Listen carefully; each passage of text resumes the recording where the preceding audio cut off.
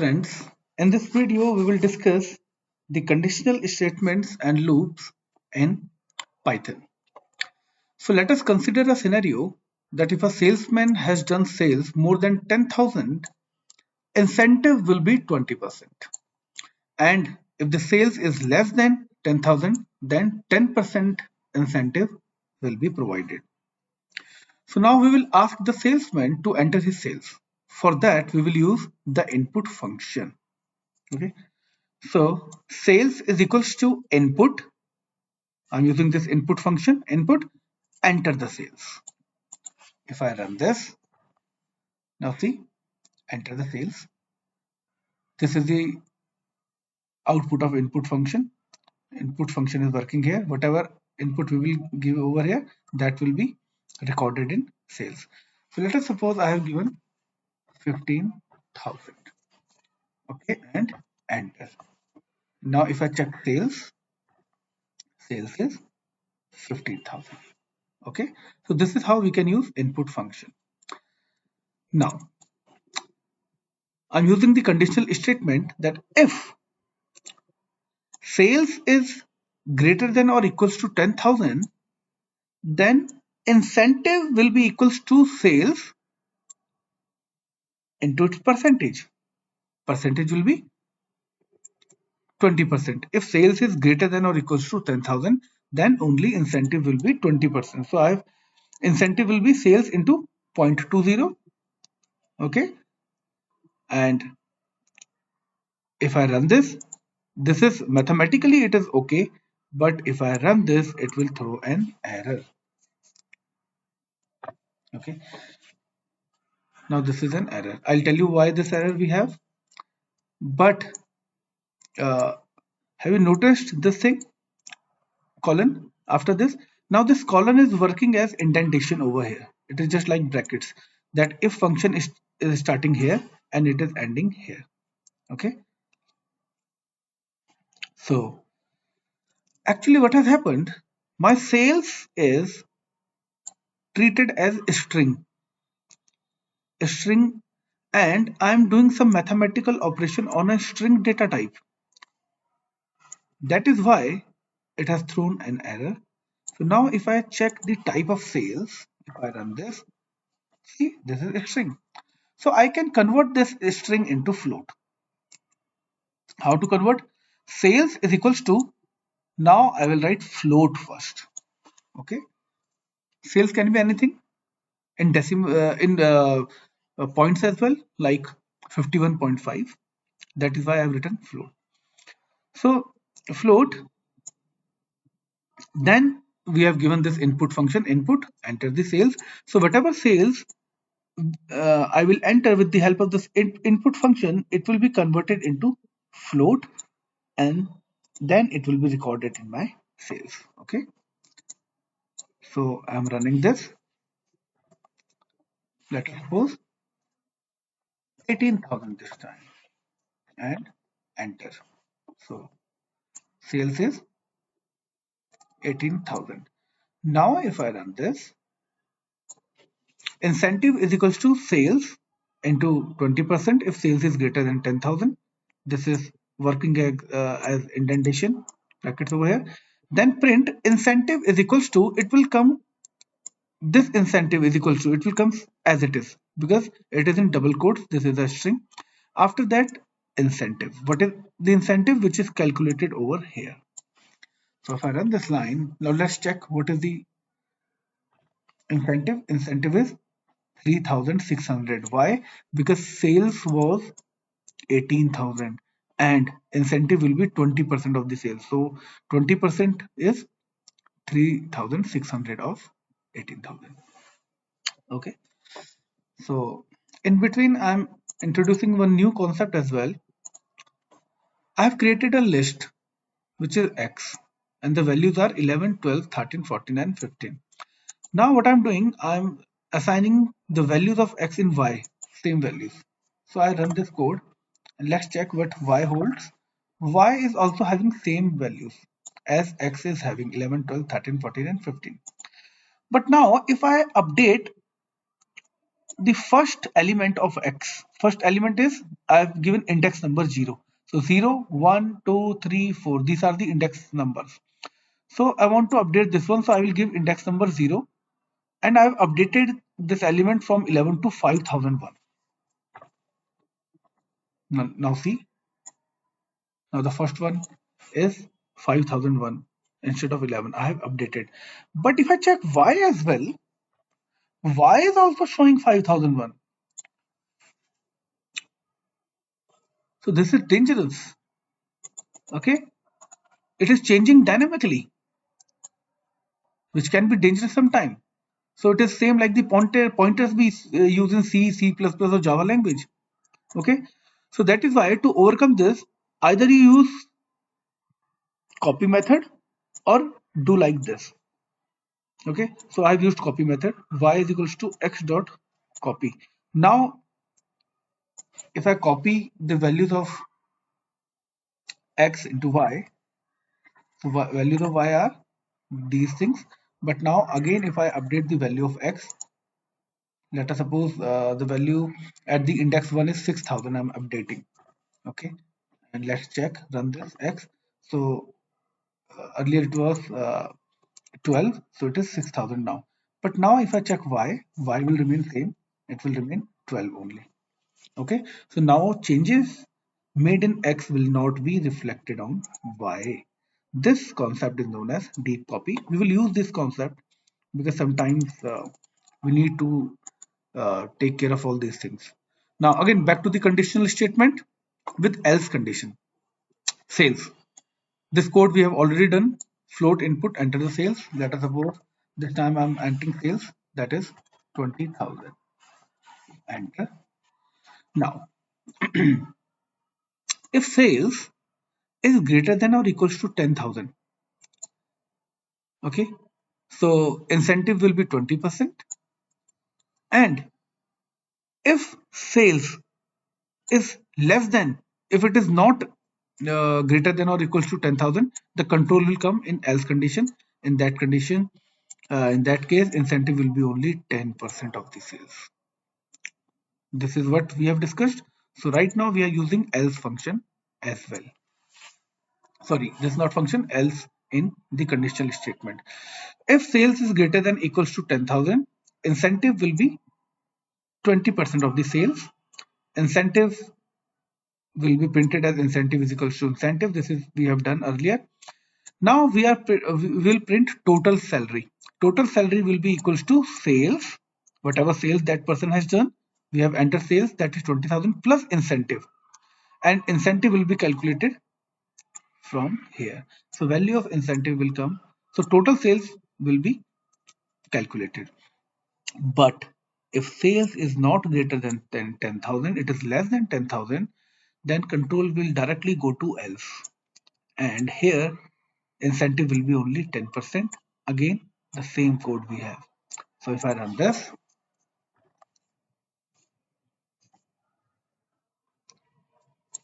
now see, incentive is 4,000. Why 4,000? Because sales is 20,000. So 20%, because sales is 20,000, so and we entered this loop in this bracket. We have not entered else. So sales is greater than 10,000. That is why uh, the incentive is 20%. Okay, let me check. Let me run this one and change the sales. Let us do, okay, the sales is 12,000. Okay, 8,000. Enter. And now if I run this, what will happen? Sales is not greater than 10,000, so it will come to else part. And here incentive will be 10% of the sales. So sales is 8,000. So 10% will be only 800. Okay. So incentive will be 800 only. And total salary will be 8,000 plus 800. Sales plus incentive. So now if I run this, see, incentive is 800 and total salary is 8,800. So in this way, we can use if and else conditional statements. But what if we have multiple scenarios? Multiple scenarios like this. If sales is greater than 10,000, incentive will be 20%. If it is greater than equals to 5,000, then 10%. And if it is below 1,000, then only 5% of incentive will be given. So here the code is almost same, okay? But the only thing is the last else will remain else, but if any other else is coming in between, then we will write ELIF. It is working as else if. If this is true, if this is true, control will go to here and we will do all these things. But if this is not true, control will come here. If this is also not true, finally it will come here. Okay. So this else if, instead of else if, in Python we will write only else, ELIF. So let's check the code. If sales is greater than 10,000, sales will be incentive will be 20%. Print the total salary, sales plus incentive. If it is less than 10,000 but greater than 5,000, so elif, then this is the code. And if this is also this criteria is we are not meeting, sales is less than 5,000 or it is less than 1,000, sorry 5,000 and between 1,000, then incentive will be only 5%. So if I run this, incentive is 800 because earlier I have given sales is equals to 8,000 only. That is why incentive is 800. But you can update the value of sales. How we can do like this. Uh, Sales. I'm giving the name sales one is equals to 12,000. Okay. So if I run this, sales is equal to 12,000. Sales one, and I'm updating here as well. Sales one, sales one, sales one.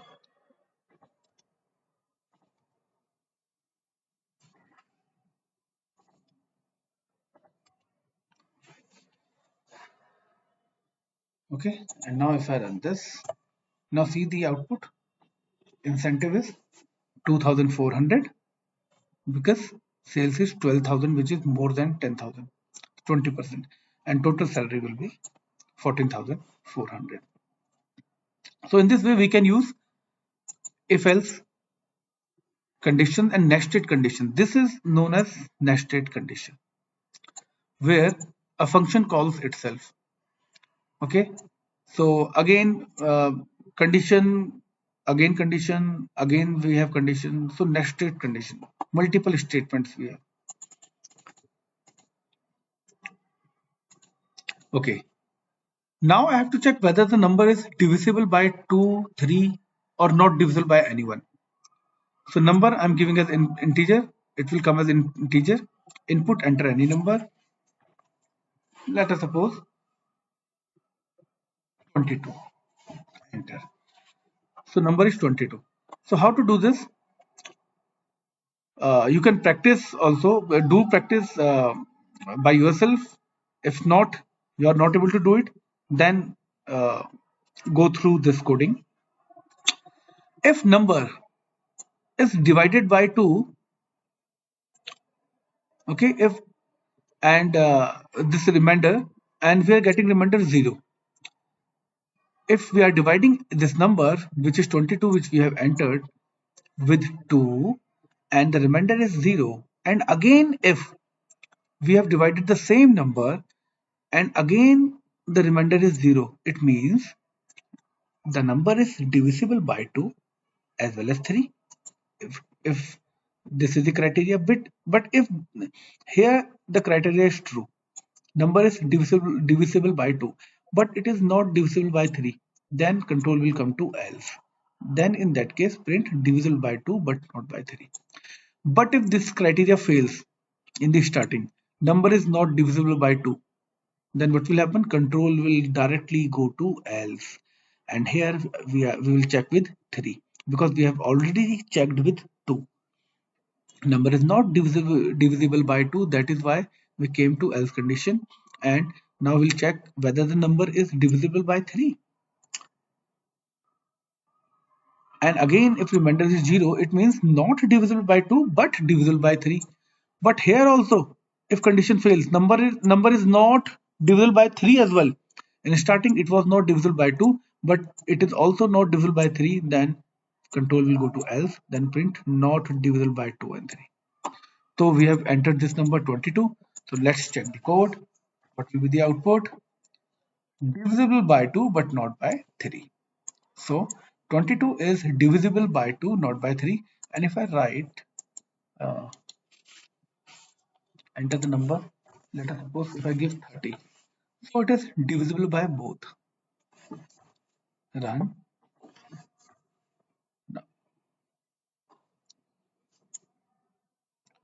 Now see the output. Divisible by 2 as well as 3.